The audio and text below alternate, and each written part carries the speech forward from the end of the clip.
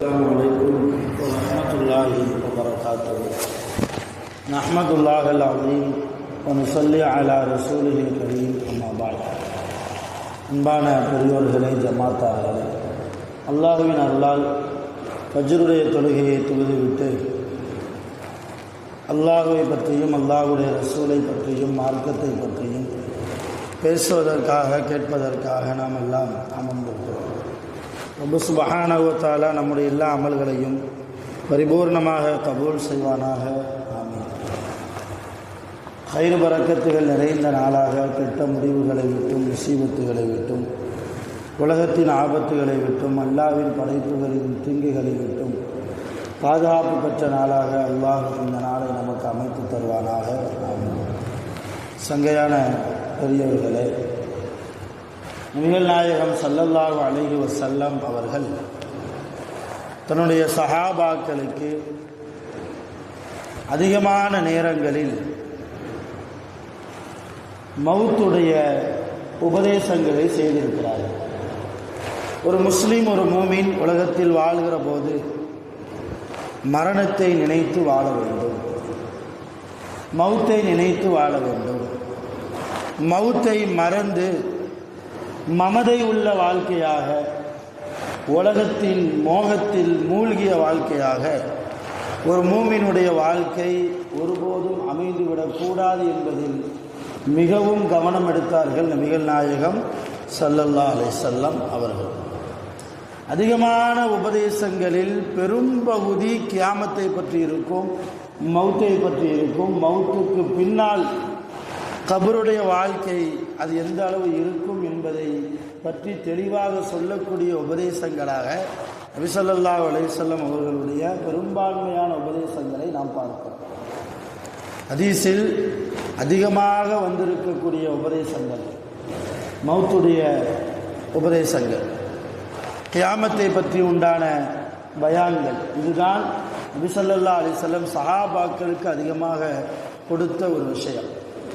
இந்த மௌத்துடைய பயம்தான், மௌத்துக்கு பின்னால், மரணத்திற்கு பின்னால் என்ன நடக்கும், மரணம் ஏற்படுகிற போது ஒரு மனிதனுடைய நிலைமை என்ன, அவன் நல்லவனாக இருந்தால் எப்படி இருப்பான், அந்த மனிதன் கெட்டவனாக இருந்தால் எப்படி மரணிப்பான், நல்ல மனிதனுக்கும் கெட்ட மனிதனுக்கும் கபரில் எப்படிப்பட்ட வாழ்க்கை இருக்கிறது, அதை தாண்டி கியாமத்தில் நல்ல மனிதனுக்கும் கெட்ட மனிதனுக்கும் அல்லாஹ்வுக்கு முன்னால் எந்த அளவு விசாரணை இருக்கிறது என்பதையெல்லாம் ரொம்பவும் தெள்ளத் தெளிவாக நபி ஸல்லல்லாஹு அலைஹி வஸல்லம் அவர்கள் சொல்லிவிட்டு சென்று இருக்கிறார்கள்.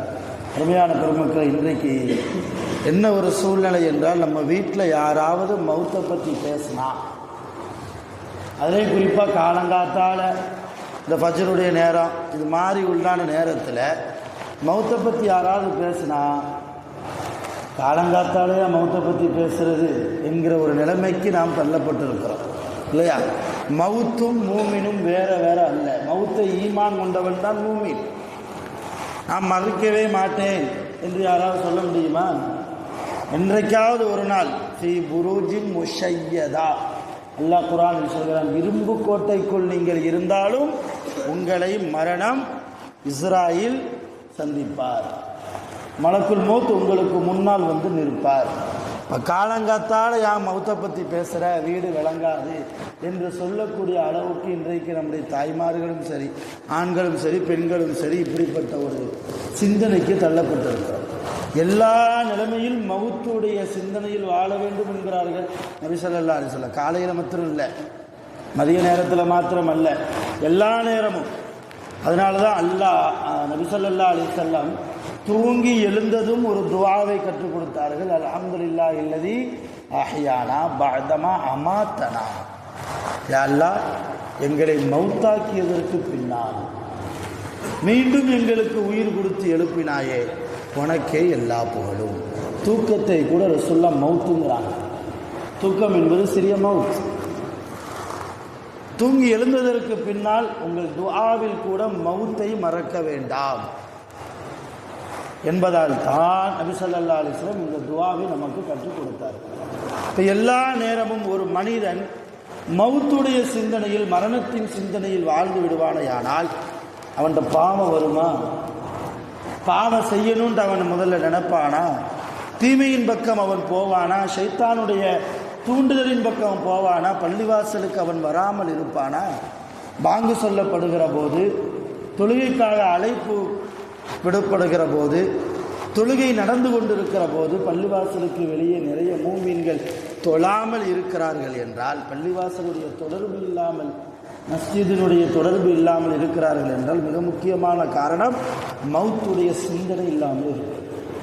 நீ நினச்சி பார்க்க, தொழாமல் இருக்கிற அந்த மனிதர்கள் தொழுகை நடந்து கொண்டிருக்கிற போது நாம் வெளியே நின்று அரட்டை அடிக்கிறோமே, அல்லது தொழுகை நடந்து கொண்டிருக்கிற போது நான் வியாபாரத்தில் இருக்கிறேனே, அல்லது தொழுகை நடந்து கொண்டிருக்கிற போது நான் வீட்டில் சும்மா உட்கார்ந்து கொண்டிருக்கிறேனே, அல்லது வேறு எந்த விஷயத்துக்கு போனாலும் சரி, உடம்பு சரியில்லாமல் இருந்தால் மட்டும்தான் மார்க்கத்தில் ஜாயிஸ். அப்போ கூட தொழுதாகணும், வீட்டில் உட்கார்ந்தாவது தொழுதாகணும். இப்போ தொழுகை நடந்து கொண்டிருக்கிற போது வெளியே வேறு பல காரியங்களில் நாம் ஈடுபட்டு கொண்டிருக்கிற போது மலக்குல் மௌத் நமக்கு முன்னால் வந்து நின்றுட்டா நம்ம நிலைமை என்ன? எப்போ வரும் மௌத் யாருக்கும் தெரியாது. அதனால தான் ரசூலுல்லாஹ் மௌத்தை பயந்து கொள்ளுங்கள், கியாமத்தை பயந்து கொள்ளுங்கள். உங்கள் கபர் அது எப்படி அமையும் என்பது உங்கள் உலக வாழ்க்கையை வைத்தே முடிவு செய்யப்படுகிறது. கபரு தான், கபருடைய வாழ்க்கை என்பது மறுமையினுடைய வீடுகளில் முதலாவது வீடு என்றார்கள் நபிகள் நாயகம் ஸல்லல்லாஹு அலைஹி வஸல்லம். கபூரில் ஜெயிச்சுட்டா அடுத்து எல்லாமே பாஸ், ஆல் பாஸ். கபூரில் ஒரு ஆள் ஃபெயில் ஆகிட்டா கஷ்டம். கியாமத்தில் அல்லாஹ்வுடைய ரஹ்மத்து கிடைக்குமா? கஷ்டம் அவருக்கு. சிராத்துல் முஸ்தகீம் பாலத்தை அவர் எப்படி கடக்க முடியும்? ரொம்ப கடினம், ரொம்ப கடினம். அல்லாஹ்வுடைய கேள்வி கணக்கை விட்டும் அவர் எப்படி தப்பிக்க முடியும்? ரொம்ப கடினம். கபருடைய வாழ்க்கையில் அவர் ஜெயித்து விட்டால், பாஸ் ஆகிவிட்டால் அல்லாஹ் கியாமத்தை அவருக்கு லேசுபடுத்தி கொடுக்கிறான் என்றார்கள் நபிகள் நாயகம் ஸல்லல்லாஹு அலைஹி வஸல்லம். இந்த உலகத்திற்கு பெயரே தாருல் ஃபனா. தாருல் ஃபனா இந்த உலகத்திற்கு பெயர். அழியக்கூடிய உலகம், அழிந்து போகக்கூடிய உலகம். கியாமத் நாளுக்கு பெயர், மறுமைக்கு பெயர் தாருல் பகா, நிரந்தரமான உலகம். இந்த உலகம் அழிந்து போகும், நாளை மறு உலகம் அது நிரந்தரம், அது அழியாது. அப்போ அழியாத உலகத்திற்கு நாம் பயணப்பட்டு போக இருக்கிறோம். மௌத்திற்கு விளக்கம் சொல்லக்கூடிய திருக்குர்ஆனுடைய விளக்க உரையாளர்கள், முஃபஸ்ஸிரீன்கள், அல் மவுத் என்பது இன்திகால், அல் இன்திகால், இன்திகால்னு சொல்லுவாங்க. இன்திகால்னா என்னென்னா ஒரு இடத்துலேருந்து இன்னொரு இடத்துக்கு இடம்பெயர்ந்து போகிறது. இந்த தாருல் ஃபனாவை விட்டும் தாருல் பகா என்கிற மறுமைக்கு இடம்பெயர்ந்து போவது தான் மவுத். நம்ம நினைக்கிற மௌத்தா போயிட்டா நமக்கு அடுத்து எதுவுமே தெரியாது, அப்படி இல்லை. மௌத்த ஒரு மனிதருடைய உயிர் அவருடைய உடம்பை விட்டும் போய்விடுமையானால் சில மணி நேரங்கள் அவருடைய உடம்புக்கு அந்த உயிர் திரும்ப வராதை தவிர, ஆனால் அந்த உயிர் மலக்குல் மௌத் எடுத்துட்டு நேராக அல்லாட்டு தான் போவார். முதல்ல எங்கே போவார்? அல்லாட்டு தான் போவார். முதலாவது வானத்தினுடைய கதவை போய் தட்டுவார். வந்திருக்கிறது யாருன்னு கேட்பார். இந்த முதலாவது வானத்தினுடைய காவலாளி மலக், நான் இஸ்ராயில் வந்திருக்கிறேன், மலக்குல் மௌத் வந்திருக்கிறேன், உங்கள் கூட யார் வந்திருக்கிறா? நல்ல மௌத்தாக இருந்தால், நல்ல ஆன்மாவாக இருந்தால் அல்லாஹ்வுடைய நல்ல அடியாருடைய உயிரை நான் எடுத்து வந்திருக்கிறேன். அந்த மலக்குல் மௌத் சொல்வார். முதலாவது வானத்துடைய காவலாளி கதவை திறந்து நம்மை வரவேற்பார்கள். நல்ல ஆன்மாவாக இருந்தால், அல்லாஹ்வுடைய உண்மையான நல்ல அடியாராக, தக்வாதாரியாக, இஹ்லாஸான முறையில் அல்லாஹ்வை பயந்து உலகத்தில் யார் வாழ்ந்து மரணித்திருப்பாரோ அவருடைய ஆன்மாவை மலக்குகள் வானங்களில் வரவேற்கிறார்கள். ஒவ்வொரு வானத்திலையும் 1வது வானத்திலிருந்து 7வது வானம் வரை மலக்குகள் வரவேற்கிறார்கள். ஒருவேளை கெட்ட ஆன்மாவாக இருந்தால், அல்லாஹ்வுக்கு பிடிக்காத ஆன்மாவாக இருந்தால், இல்லையா, பாவம் செய்யக்கூடிய ஆன்மாவாக இருந்தால் மலக்குல் மவுத் அவர் மிக பயங்கரமான முறையில் அவருடைய உயிரை வாங்கி அல்லாஹ்விடத்தில் கொண்டு போகிற போது எல்லா மலக்குகளும் அந்த ஆன்மாவை, அந்த உயிரை சபிப்பார்கள். துர்நாற்றம் அடிக்கக்கூடிய இந்த ஆன்மா, இதை சீக்கிரமாக துன்யாவுக்கே எடுத்து செல்லுங்கள் என்றெல்லாம் சொல்லி நம்மை சபிப்பார்கள். அந்த கெட்ட ஆன்மாவை சபிப்பார்கள். அருமையான பெருமக்களையும் யோசிக்கணும். நம்ம உயிரை, நம்ம ரூஹை மலக்கு கொண்டு போகிற போது வானங்களில் உள்ள மலக்குகள் நம்மை வரவேற்க வேண்டுமா அல்லது நம்மை சபிக்க வேண்டுமா? நம்ம தான் முடிவு செய்யணும். வரவேற்க வேண்டும் என்றால் இந்த உலகத்தில் நம்ம எப்படி வாழணும், எந்த அளவு தக்குவா நம்மிடத்தில் இருக்கணும், பரிசுத்தமான ஈமான், காமிலான ஈமான், கமாலியத்தான ஈமான் இல்லையா, அல்லாஹ்வுக்கு பிடித்தமான ஒரு அழகான வாழ்க்கை.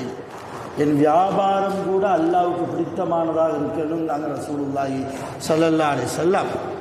சையதுனா அபூ ஹனீஃபா ரஹ்மத்துல்லாஹி அலைஹி மிகப்பெரிய ஜவுளி வியாபாரி, மிகப்பெரிய ஜவுளி வியாபாரி அபூ ஹனீஃபா ரஹ்மத்துல்லாஹி அலைஹி.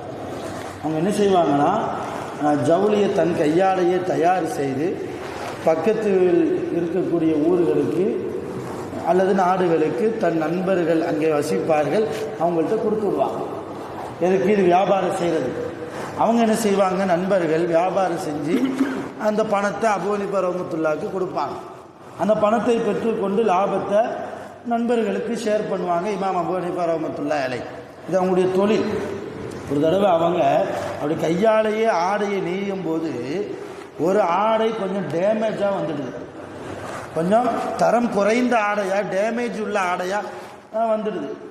இமாம் அபூ ஹனீஃபா ரஹ்மத்துல்லாஹி நினைக்கிறாங்க, என்ன நினைக்கிறாங்கன்னா, இந்த ஆடையை நம்ம நண்பருக்கு கொடுத்து விடுகிற போது லெட்ரு எழுதணும். என்ன லெட்ரு எழுதணும்? இதில் ஒரு டேமேஜான ஆடை இருக்குது, மற்ற ஆடையை விற்கிற மாதிரி இந்த ஆடை என்ன செஞ்சிடாதீங்க. அதே ரேட்டுக்கு நல்ல ஆடைக்கு ஒரு ரேட்டு வச்சுருப்போம், ஒரு காஸ்ட்லியான ரேட்டு வச்சுருப்போம். அந்த ரேட்டை டேமேஜான ஆடைக்கு நீங்கள் என்ன செஞ்சிட வேண்டாம், போற்ற வேண்டாம், இது கொஞ்சம் குறைச்சி கொடுங்க, அல்லது மக்களுக்கு இலவசமாக கொடுத்தாலும் பரவாயில்லை அப்படின்லாம் லெட்ரு எழுதி நண்பருக்கு அனுப்பணும்னு நினச்சாங்க. ஆனால் மறந்துட்டாங்க அபூ ஹனீஃபா ரஹ்மத்துல்லாஹி. கடிதம் எழுதாமலேயே கொடுத்து விட்டாங்க, கடிதம் எழுதாமலே கொடுத்து விட்டாங்க. சில மாதங்கள் கழித்து அந்த நண்பரிடமிருந்து லாபம் பணமும் வருகிறது. அபூ ஹனீஃபா ரஹ்மத்துல்லாஹி அப்போ தான் யோசிக்கிறாங்க, ஆஹா நாம் எழுதவில்லையே, டேமேஜான ஆடைக்கு குறைத்து கொடுங்கள், குறைத்து அதை வியாபாரம் செய்யுங்கள் என்று நம் நண்பருக்கு எழுத நினைத்தோமே, எழுதவில்லையே என்று சொல்லி அந்த இடத்துல நம்ம இருந்தால் என்ன செஞ்சுருப்போம், கிடைச்ச வரை லாபம் இல்லையா, பரவாயில்ல, நம்முடைய நண்பர் வியாபார யுக்தியில் மிக கைதேர்ந்தவராக இருக்கிறார, நமக்கு டேமேஜான ஆடையை கூட வித்துட்டார என்று சொல்லி அவரை பாராட்டுவோம், கிடைச்சதை வச்சுக்கிடுவோம். அபூ ஹனீஃபா ரஹ்மத்துல்லாஹி அன்றைக்கு கிடைத்த எல்லா பணங்களையும், எல்லா திருகங்களையும், தீனார்களையும் மக்களுக்கு சதக்காவாக செய்துவிட்டார்.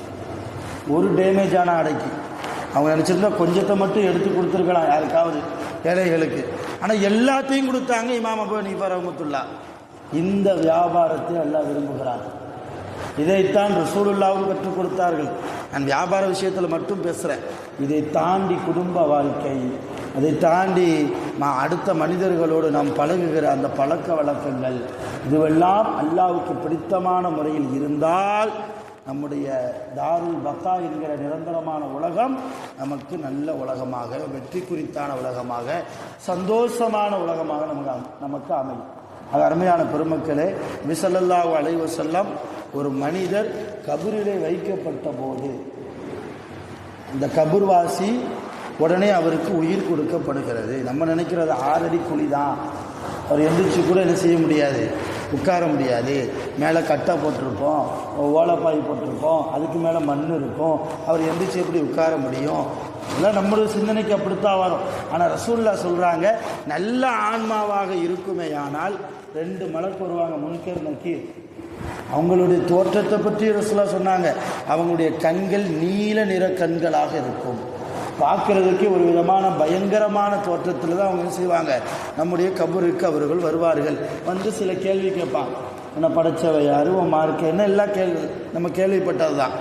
எல்லா கேள்வியும் கேட்டு முடித்ததற்கு பின்னால் மிகச்சரியான முறையில் அந்த கேள்விக்கு அந்த அடியான் பதில் சொல்லிவிட்டால் வானத்திலிருந்து ஒரு சத்தம் கேட்கும், சதக அப்தி, என் அடியான் உண்மையை சொல்லிவிட்டான், ஃபஃப்ரிஷு லஹு ஜன்னா, இந்த அடியானுக்கு சுவனத்தை நீங்கள் திறந்து கொடுங்கள், இந்த அடியானுக்கு சுவனத்தை திறந்து கொடுங்கள் என்று வானத்திலிருந்து ஒரு சவுண்ட், ஒரு சப்தம், ஒரு அசரீரி கேட்கும்.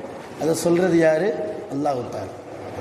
இப்போ கபூரில் கியாமத்தில் போய் தான் அல்லாஹ்வுடைய பேச்சை கேட்கணும்னு இல்லை, கபூருக்குள்ளே போயிட்டாலே நாம் கேள்விகளுக்கு பதில் சொல்லிவிட்டால் அல்லது பதில் சொல்லாமல் இருந்தால் கதப அப்தி ஃபஃப்ரிஷு லஹுன் நார், என் அடியான் பொய் சொல்லிவிட்டான், இவனுக்கு நரகத்தை திறந்து விடுங்கள்.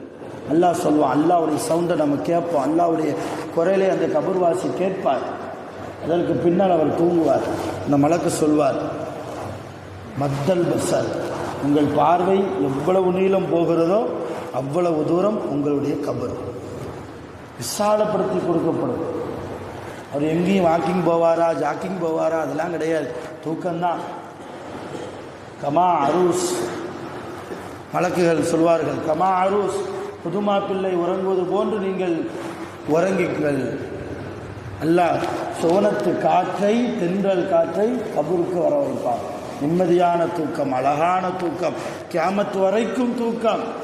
இந்த நிரந்தரமான வாழ்க்கை நமக்கு வேண்டும் என்றால், கபூரிலே இந்த ஒரு நிலைமை நமக்கு வேண்டும் என்றால், உலகத்தில் அதிகமாக மௌத்துடைய நிலைமையில், மௌத்துடைய சிந்தனையில் நம்ம வாழணும். மௌத்தை மறந்து நம் பேச்சு இருக்கக்கூடாது, மௌத்தை மறந்து நம்முடைய வாழ்க்கை இருக்கக்கூடாது, மௌத்தை மறந்து நம்முடைய நடைமுறையும் இருக்கக்கூடாது. ஒவ்வொரு வினாடியும் நாம் மரணத்தை நினைத்து விட்டால், அருமையான பெருமக்களை, அல்லாஹ் நமக்கு மரணத்தை லேசாக்கி வைப்பார், மரணத்திற்கு பின்னால் உள்ள வாழ்க்கையை லேசாக்கி வைப்பார். ஆக அப்படிப்பட்ட நல்ல வாழ்க்கையை வாழ்ந்து மரணிக்கக்கூடிய பாக்கியவான்களாக ரப்பல் ஆலமீன் நம் அனைவர்களையும் நிரப்பமாக ஆக்கி அருள் புரிவானாக. நம்முடைய மௌத்தை அல்லாஹ் தஆலா அவனுக்கு பிடித்தமான முறையில் நமக்கு அமைத்து தருவானாக. ஆகிர் தஅவானா அல்ஹம்துலில்லாஹி ரப்பில் ஆலமீன்.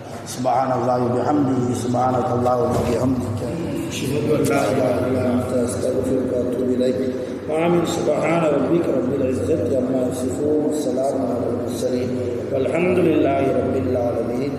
ஸல்லல்லாஹு அலா முஹம்மத் ஸல்லல்லாஹு அலைஹி வஸல்லம், ஸல்லல்லாஹு அலா முஹம்மத் ஸல்லல்லாஹு அலைஹி வஸல்லம், ஸல்லல்லாஹு அலா முஹம்மத் யா ரப்பி ஸல்லி அலைஹி வஸல்லம். ஸலாம்.